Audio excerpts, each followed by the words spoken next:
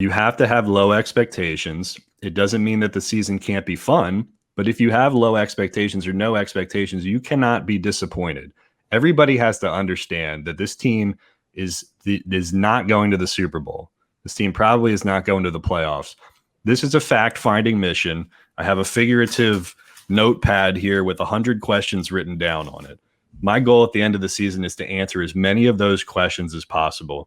And if you can win some games or make a run at the end, that's great too. But to me, that's all extra.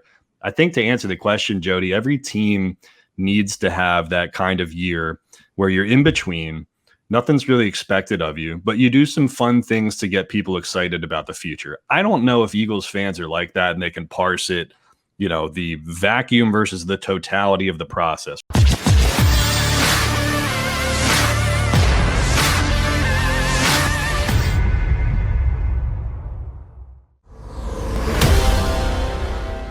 Mac guys here with Young Birds 365 joining us now. He looks pretty relaxed from his home studios. He covers it all for crossingbroad.com, all teams, Philadelphia, including that soccer team that he loves. But when we get him on, we ask him mostly about the Philadelphia Eagles. From Crossing Broad, Kevin Kinkead here with us on Birds 365. KK, how you be? I'm doing good, gentlemen. I got my 2012 Discover Orange Bowl. Oh, there we go. T-shirt on West Virginia. We get it in early, huh? Yeah, West Virginia 70, Clemson 33. Coincidentally, that was probably the last good bowl game that we ever played. Because 70. 70 is a pretty good spot to put on somebody. But Jody, hold on. Was that Geno? It was Geno Smith. It was Tavon Austin. Yeah, how about that? It was all those guys. And then Clemson went on to fire their defensive coordinator and win, 2 national championships. So one team went clearly in one direction and the other team went in the other direction. I never advocate firing anybody, but if you give up a 70 spot, you're a defensive coordinator. You're going to have some issues. I think you have to. I think there was a famous quote, too, before that game where Dabo Swinney said, I hope that everybody talks about the Clemson defense after this game. And ironically, they were talking about the Clemson defense, but for all the wrong reasons. And by the way, you said last good bowl effort by West Virginia. It was also the last good effort made by Geno Smith. True. And arguably Tavon Austin, who, by the way, was probably ahead of his time. Yeah, we peaked early. Manufactured touch player. We peaked early. I think the best bowl we played in since then is like the Poulon Weed Eater Bowl. I don't even know if that's still around, but that was like where we went after that. So go figure. I'll give Geno this much because I'm a Jet. You're a West Virginia guy. I'm a Jet guy, and I had to watch Geno Smith get punched by a teammate and never achieve anything as the quarterback. He's got a little cockroach in him because he's still in the damn league. He's gonna be Seattle's backup again this year. Guy's done nothing, and 8 years later, he's still in the league. But you have to admire it, don't you? You find a way to hang on to keep cashing those checks. Chase Daniel would be the best example of that. Wasn't there the Andrew stat Brandt that was calls them business Hall of Famers. There was like a stat going around that Chase Daniel had earned something like X millions of dollars for only playing in a certain amount of games. I think the ratio was like the all-time like fewest games, but most amount of money he's ever made. So yeah, from a purely business sense, you have to admire and respect that. Yeah, no question. By the way, Jody's shot at the Philadelphia Union. That's the best team in Philadelphia. But I wanted to. Can either you guys spell Union for me? I'm just me.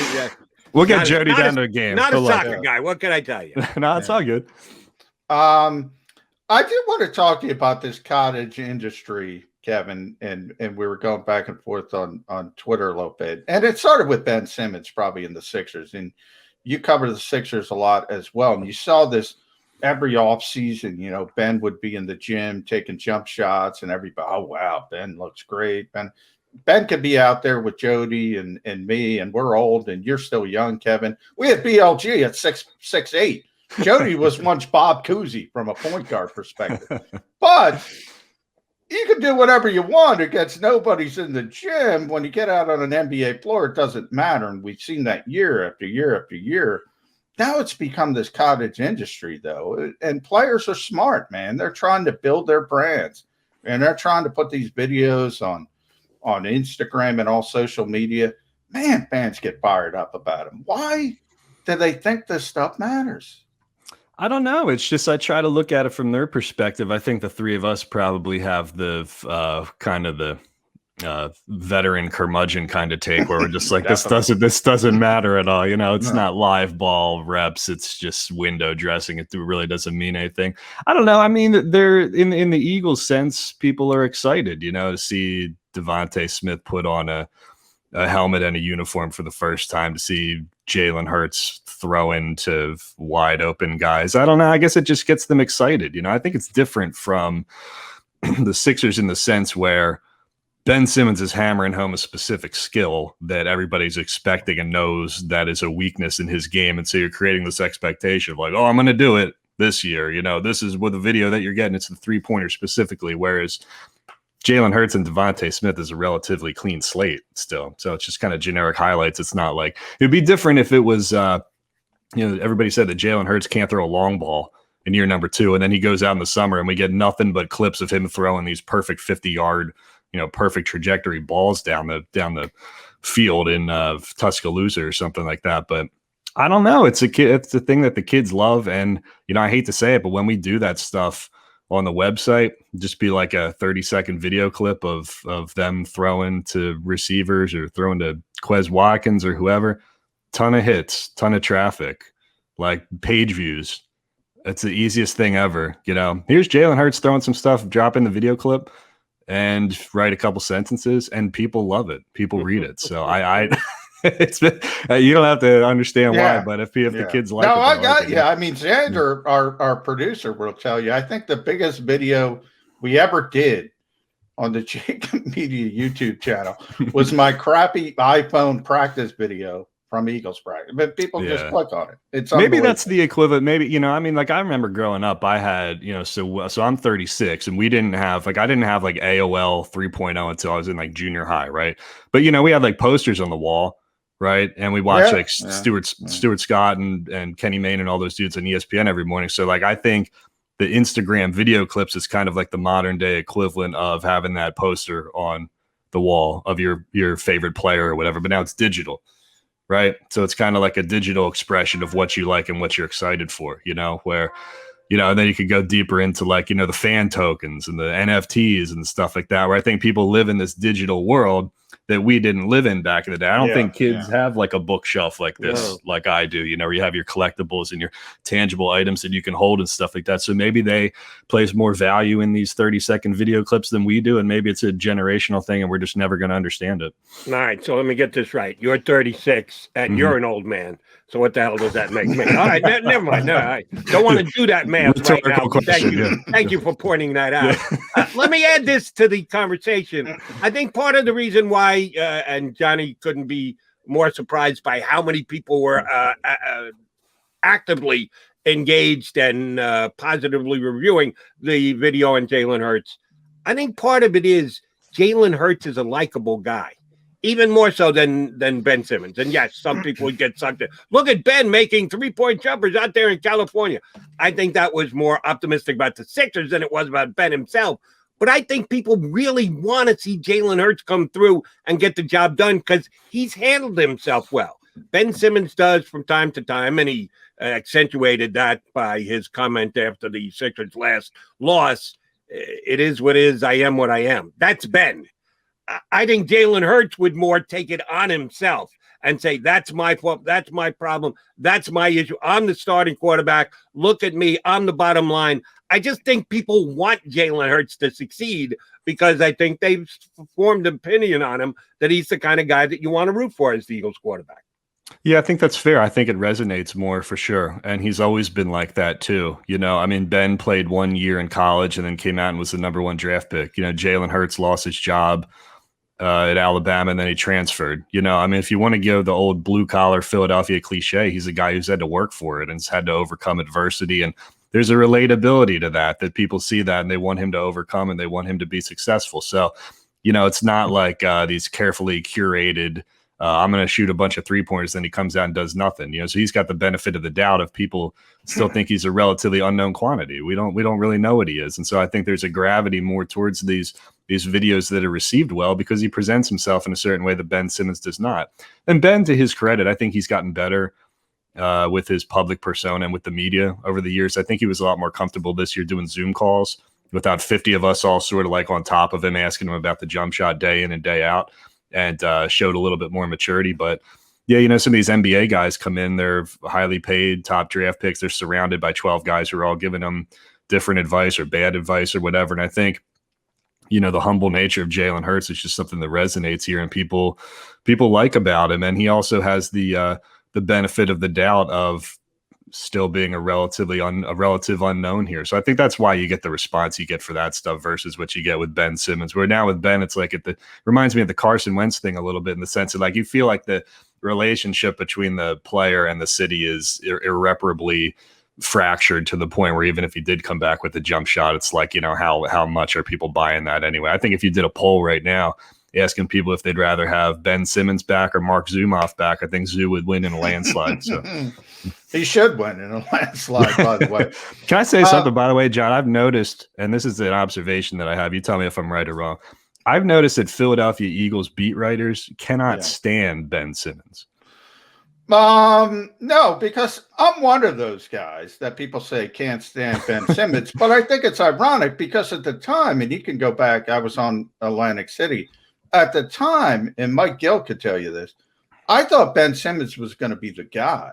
Yeah. I thought because of the way the NBA was going, I think a center can't be the centerpiece of a championship team. You need that guy who can close games. You need the wing player, the guy who can create his own offense.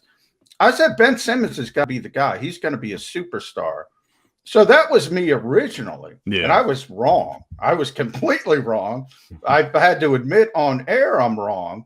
But now that I admit I'm wrong, the people that didn't hear the first part of it assume I've always hated Ben Simmons. I like the cherry pick. Yeah. I could care less. I root for every kid to be successful. I just recognized early this isn't going to work. Because I think people look at this playoff series and say this is new. You go back, Kevin, you go back to Boston, TJ McConnell had to take over that team at times. Yeah. Because then was you go back to obviously when Jimmy Butler was here, but the Sixers took too long to go to Jimmy Butler. It's happened over and over and over again. So I recognized it early. Now, if you're talking about last year, he hates Ben Simmons. And Jimmy Kempsky was tweeting about it. BLG was tweeting about it. I just found it curious, you know, because you guys have a different perspective as being media members who have to cover athletes in the same way, but you're observing this specific team from afar, you know. But I do really think there were a lot of similarities in the Ben and Carson Wentz thing, just to the fact where, you know, I think a lot of the negative criticism that each guy got respectively was didn't always come from an inherently negative spot. It was like, hey, we've seen greatness in these guys and we know that there is more to pull out of them, you know. And I think the frustration comes from the fact that, like, you know, they have tool A, B, and C. And if they could just add X, Y, and Z, or really just add X, that would be it, you know? So I think that was the frustration in a lot of it. But, you know, again, with Jalen Hurts, I just think there's more of a down-home relatability there that seems to resonate. And he's got the benefit of the doubt of not being here as long as Ben and not having summer after summer of three-point shots and Instagram videos and things like that. So that to me, that's how I would parse that, you know? Yeah, with Carson, real quick, Jody, before you jump in, with Carson, I feel the same way. Like, it doesn't compute to me how someone as talented, because I'm not that talented, as talented as Carson Wentz or Ben Simmons can lose utterly their confidence, lose it all. And just almost the blink of an eye. So it's tough to understand from an outside perspective. No question about that. Yeah, it is. Yeah. But let me get you looking at crystal ball since you brought him up there. Both you guys, Carson Wentz, he is now in Indianapolis. He, unlike Jalen Hurts, who hasn't been officially made the starting quarterback by the coach. Oh, there's no question Frank Reich is named Carson Wentz's starting quarterback, and that's going to be the case when the Colts open up the season. If they get off to a good start, let's say they're 3-1, somewhere thereabout, and Carson is putting up better numbers than he did last year for the Eagles, but not 2017 MVP type numbers, somewhere in the middle there. What's going to be the sentiment here in Philadelphia?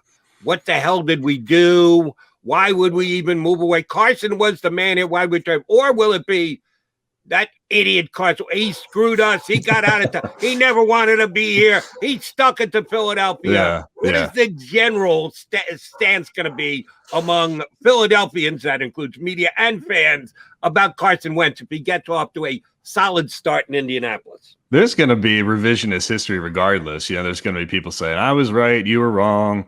If he plays poorly, they're going to say the same thing. Where it's just we need to go back and relitigate all this stuff that doesn't really need to be that. But that works. It plays well. People like talking about that stuff. Everybody's got to say that they were either the first one to do it or they were correct or this person was wrong. And it's just, I think the more pragmatic side of the Eagles fan base, if there is one, would probably just come to the conclusion of saying, like, look, it ran its course. Like, I think everybody naturally knows that, like, the player fan franchise relationship naturally ends. And even if Carson goes on to be successful in Indy, it doesn't mean that the Eagles made the wrong move to trade him, because naturally that's just, these things run their course. Like, that's the end. Markelle Fultz was the same way. Ben Simmons will be the same way. If Ben Simmons is traded to the Trailblazers or something, and he ends up going on to be successful there, you're always going to be able to explain that away as saying, look, that ran its course here in Philadelphia. The goal was always to maximize Joel Embiid's prime. And so those two things were not congruent, those two timelines, and maybe Carson Wentz doesn't improve without the change of scenery. There's no guarantee that he would have been any different coming back this year. So, but to answer the question, Joey, there will be plenty of revisionist history. We'll probably do it on our site. People will click on it. I hate the fact that they will click on it, but they will, because that's just what it is. I mean, superstars garner headlines, and hopefully if the Eagles make enough headlines of their own, then it won't have to lead the site. Maybe it'll be story number 2, Yeah, you're exactly right, Kevin. People put things in vacuums. So they say if Carson Wentz goes to Indianapolis and wins a Super Bowl, that doesn't mean it would have happened here. It was done here. Same thing with Ben. I hope Ben is successful wherever he ends up. Doesn't mean it was going to work here. And I think both cases, that's the way you want to look at it. So I want to circle back to Jalen Hurts, though, because in Jalen Hurts' instance, and I've been asking a lot of our guests the same question, he's got a really small path. He's got 1 year to prove he's going to be the future quarterback of this team, other than just exploding and doing things none of us expect, winning 12, 13 games. Can he win this job? Or have the Eagles already started thinking about, with all the draft picks, with all the financial flexibility that they're going to be getting back, are they already looking at the next quarterback? Yeah, that's hard to say. I mean, I think Jalen Hurts is the guy who's got the right mindset for the approach, whereas I think if, you look at this season as kind of a transitional rebuilding kind of year, then the pressure is he's not going to have this weight of crushing expectations on his shoulders.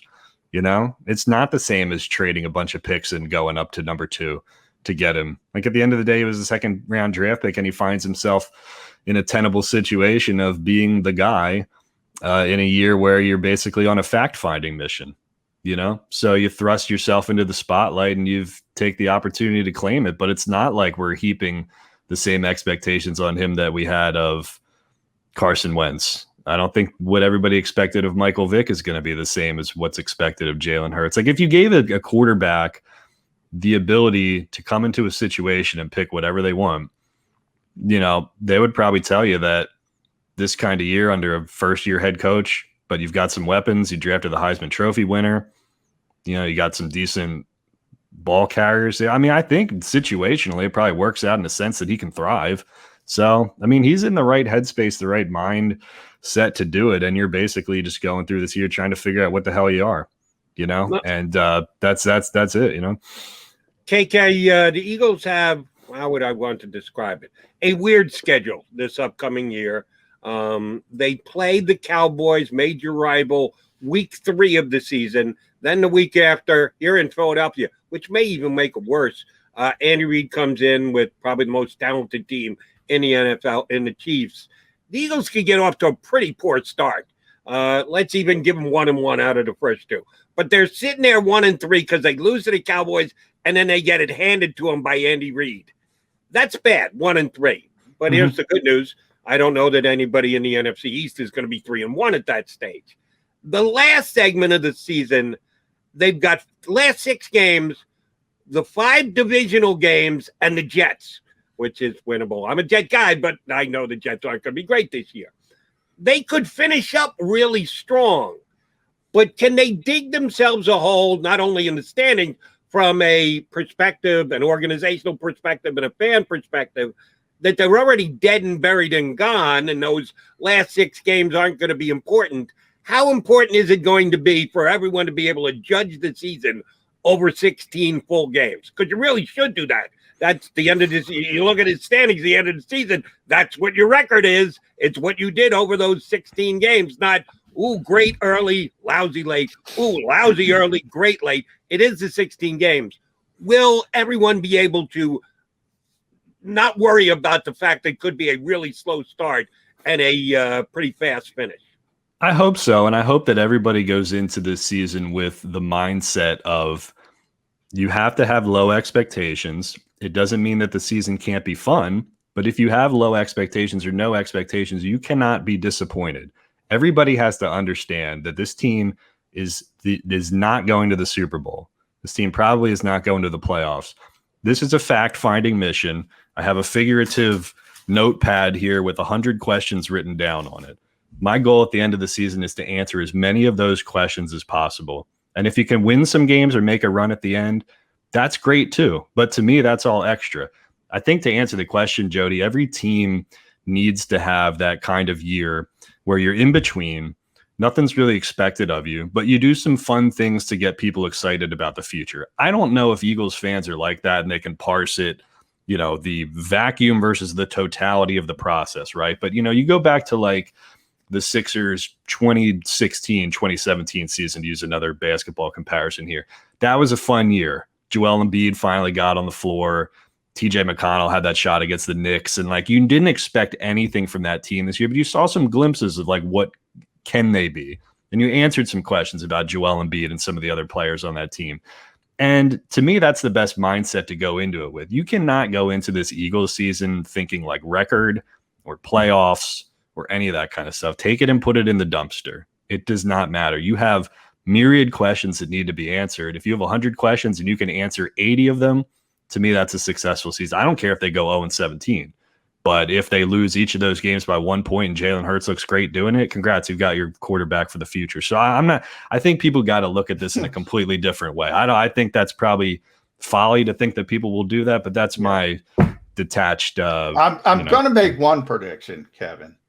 If they go 0-17, Jalen Hurts is not going to be the quarterback. Zero chance to be the quarterback going forward. But I do want to, last one for me, I want to talk about those expectations. And I want to, not a Mount Rushmore, but I'm going to go the easy one. But I'm going to, Eagles, Flyers. Eagles aren't ready. Flyers aren't ready. Phillies aren't ready. Sixers probably aren't ready. I'm going to throw the Union in there as well. They're going to disappoint us in the playoffs. But who's the closest Philadelphia team to really being a significant contender? Still the Sixers? Oh man, I think you would have to say that. Yeah, especially as long as Joel Embiid's here and is in his prime, that has to be the answer. The Phillies, I don't know what the hell they are. The Flyers, I don't know what they are. The Eagles are rebuilding in a transition year. The Union are very solid, but have to prove themselves in the playoffs. But yeah, look, I mean, you're one Ben Simmons trade or one free agent acquisition from everybody being back on the bandwagon, So, I mean, the existing group that they have there, I don't know if that says more about the Sixers or just about all the other teams you listed, but yeah, to answer the question, it would be the Sixers for sure. Yeah, by far.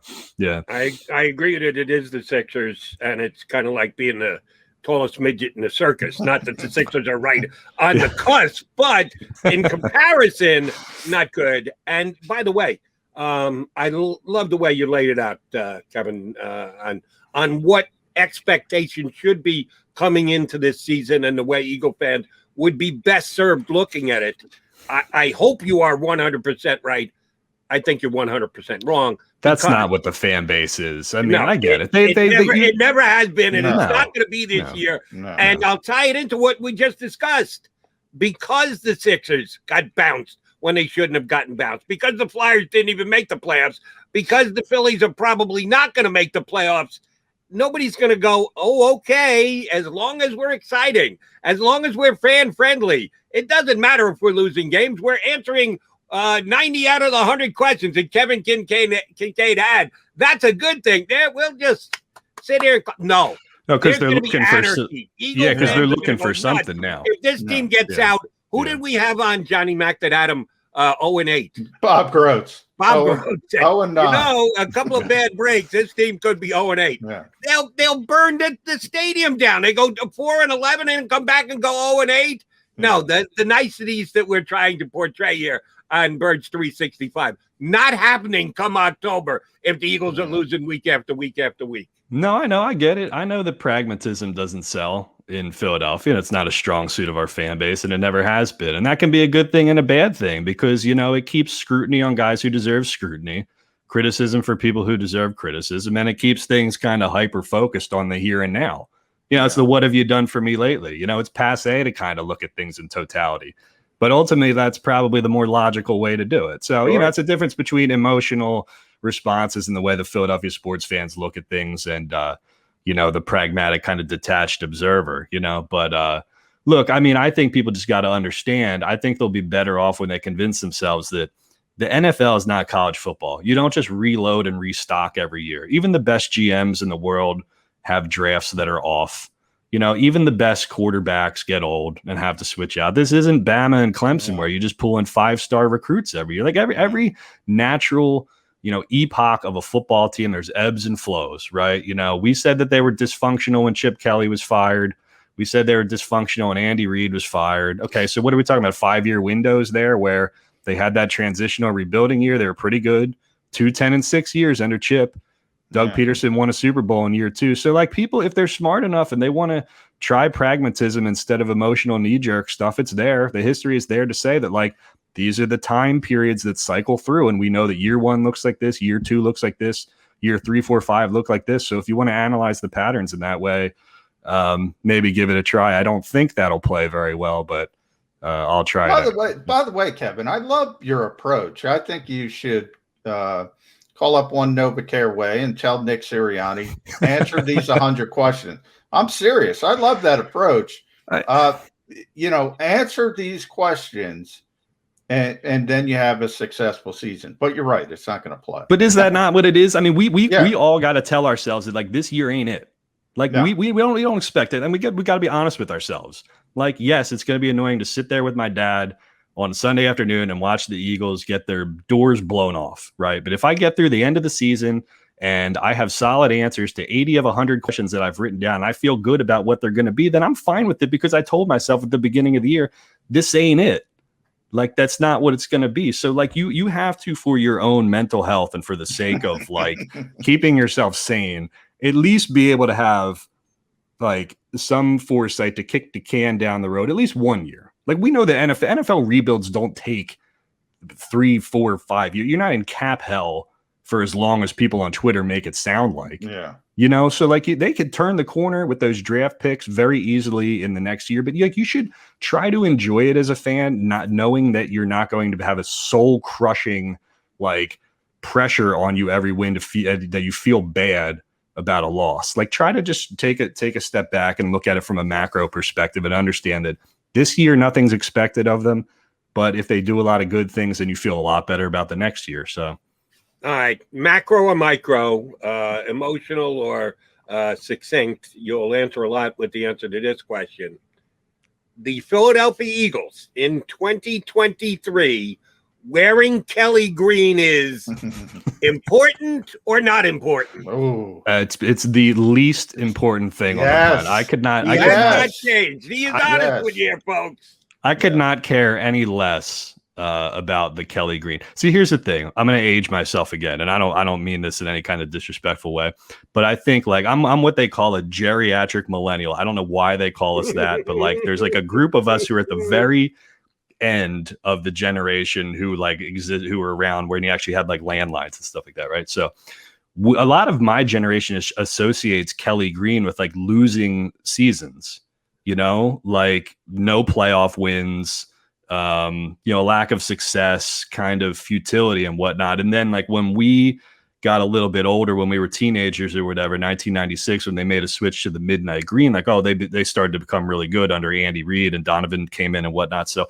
I don't know if that's fair or not. I don't know if that's reasonable or not, but there's just sort of this emotional disconnect with people my age to Kelly Green, because it's like, well, they lost a lot of games wearing that color. So I don't know if that's stupid or not, but at the end of the day, I think the players like wearing a bunch of different combinations. I think the variety is good. The one helmet rule is stupid. There's really no reason for it to exist in the first place. And you look at like, they don't got to be the Oregon Ducks, right? They don't have to have 7,000 different combinations that they're going to wear against Washington State and Washington in back-to-back weeks. But like, yeah, it's different. Why not? I mean, midnight green's been around for more than 20 years now. So what it doesn't hurt anybody, but in the grand scheme of things, Kelly Green is not that important. It's like the least concerning thing ever. It's the age group that you fall into will dictate everything. And you have one, John has one, I have one, and that usually decides right. Kelly Green.